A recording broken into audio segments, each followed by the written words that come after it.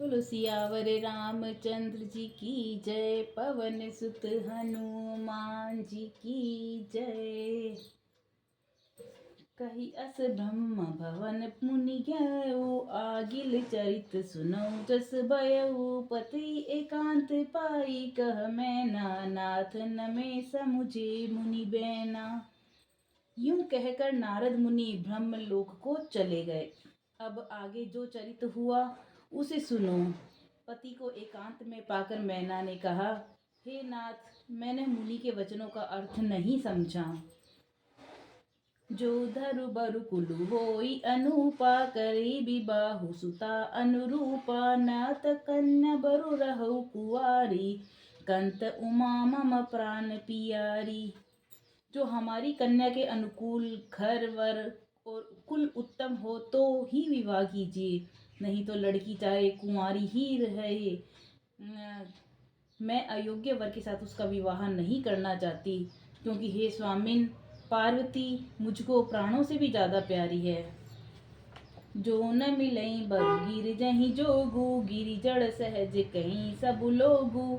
सोई बिचारी पति कर विबाहु, जेहि न बहुरी होई उरदाहु।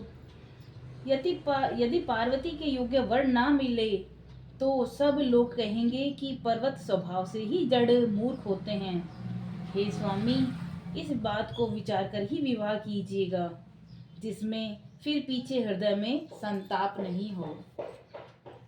अस कही परिचरण धरि सीसा, बोले सहित सनय गिरीसा। बरु पावक प्रगटे ससी माही, नारद बचनु अनय अन्यथ नाही। इस प्रकार कहकर मैना पति के चरणों पर मस्तक रखकर गिर पड़ी। तब हिमवान ने प्रेम से कहा, चाहे चंद्रमा में अग्नि प्रकट हो जाए, पर नारद जी के वचन झूठे नहीं हो सकते। दोहा। प्रिय सोचु परिहरहु, सब सुमरउ श्री भगवान। पार्वती निर्मयउ, जेहि सोई करई कल्याण। हे प्रिय, ये सब सोच छोड़कर श्री भगवान जी का स्मरण करो। जिन्होंने पार्वती जी को रचा है वे ही कल्याण करेंगे। अब जो तुम्हें सूता परने हूँ, तो अस जाय सिखावन देहूँ। करे सो तपूजे ही मिले महेशु, आन उपाय न मिटई कलेसु। अब यदि तुम्हें कन्या पर प्रेम है तो जाकर उसे यह शिक्षा दो कि वह ऐसा तप करे जिससे शिवजी मिल जाएं। दूसरे उपाय से यह कलेश नहीं मिटेगा। नारद वचन सगर बिसहेतु, सुंदर सब गुनी निधि वृष केतु। अस विचारि तुम तजऊ असंका, सबई भांति शंकर अकलंका। नारद जी के वचन रहस्य से युक्त और सकारण हैं, और शिव जी समस्त गुणों के भंडार हैं। यह विचार कर तुम संदेह को छोड़ दो। शिव जी सभी तरह से निष्कलंक हैं। सुनिपति वचन हर्षि मन माही, गई तुरत उठी गिरिजा पाही। उमई बिलो की नयन भरे बारी, सहित स्नेह गोद बैठारी। पति के वचन सुन मन में प्रसन्न होकर मैना उठकर तुरंत पार्वती जी के पास गई। पार्वती को देखकर उनकी आंखों में आंसू भर आए। उसे स्नेह के साथ गोद में बैठा लिया। बारही बार लेती उरलाई, गद गद कंठन कछु कई जाई। जगत मातु सर्वज्ञ भवानी, मातु सुकत बोली मृदुबानी। फिर बार बार उसे हृदय से लगाने लगी। प्रेम से मैना का गला भर आया। कुछ कहा नहीं जाता। जग जननी भवानी तो सर्वज्ञ ठहरी। माता के मन की दशा को जानकर वे माता को सुख देने वाली कोमल वाणी से बोली, दोहा सुनई मातु मैं दीख अस, सपन सुनाऊं तो ही। सुंदर गोर सुविप्र वर, अस उपदेश मोही। माँ सुन, मैं तुम्हें सुनाती हूँ। मैंने ऐसा स्वप्न देखा है कि मुझे एक सुंदर गौरवर्ण श्रेष्ठ ब्राह्मण ने ऐसा उपदेश दिया है करही जाई तपुसेल कुमारी, नारद कहा सुसत्य बिचारी। मातु पितय पुनिये मन मत भावा, तप सुख प्रद दुख दोष नसावा। हे पार्वती, नारद जी ने कहा है उसे सत्य समझकर तू जाकर तप कर। फिर यह बात तेरे माता पिता को भी अच्छी लगी है। तप सुख देने वाला और दोष दुख को नाश करने वाला है। तप बल रचहि प्रपंच विधाता, तप बल विष्णु सकल जग त्राता। तप बल शंभु करई संघारा, तप बल से सुधरई महिबारा। तप के बल से ही ब्रह्मा संसार को रचते हैं और तप के बल से ही विष्णु सारे जगत का पालन करने वाले हैं। तप के बल से ही शंभु संहार करते हैं और तप के बल से ही शेष जी पृथ्वी का भार धारण करते हैं। तप अघार सब सृष्टि भवानी, करई जाए तप अस जई जानी। सुनत बचन विसमित महतारी, सपन सुनाऊं गिरई हंकारी। हे भवानी, सारी सृष्टि तप के ही आधार पर है, ऐसा जी में जानकर तू जाकर तप कर।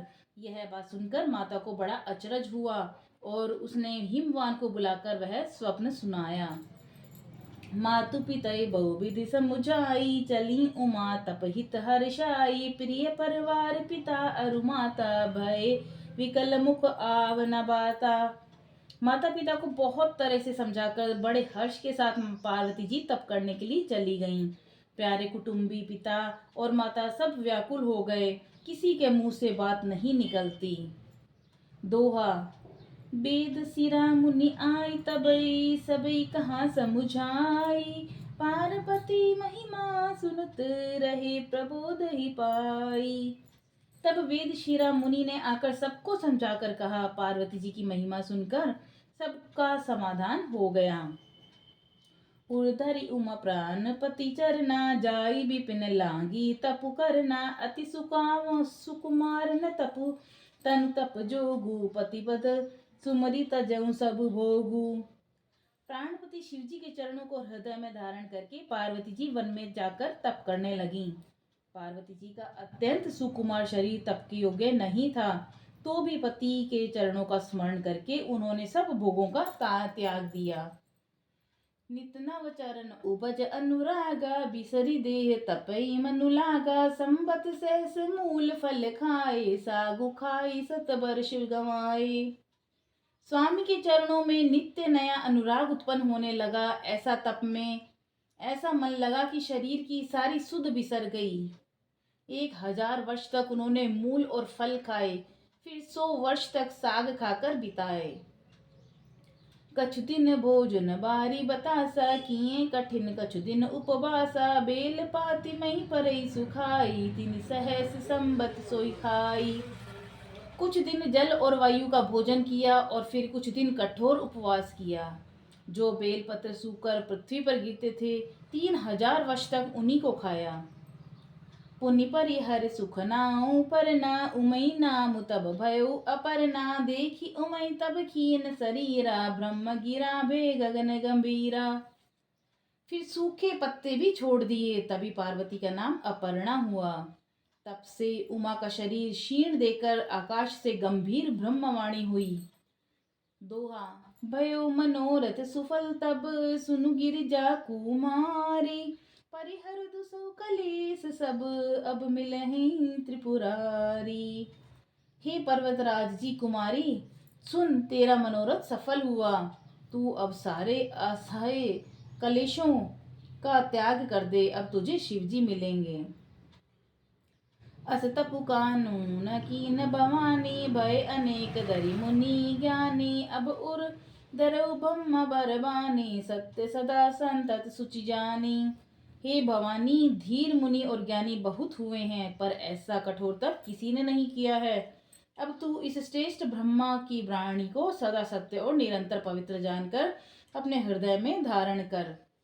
आवे पिता बोलावन जब ही, हरि हठ परि हरि घर जाऊं तब ही। मिलई तुम्हें जब सप्त ऋषि सा, जानो तब प्रमाण बागी सा। जब तेरे पिता बुलाने को आए तब हट छोड़कर घर चली जाना। जब तुम्हें सप्तऋषि मिले तब इस वाणी को ठीक समझना। बोलो सियावर रामचंद्र जी की जय, पवन सुत हनुमान जी की जय।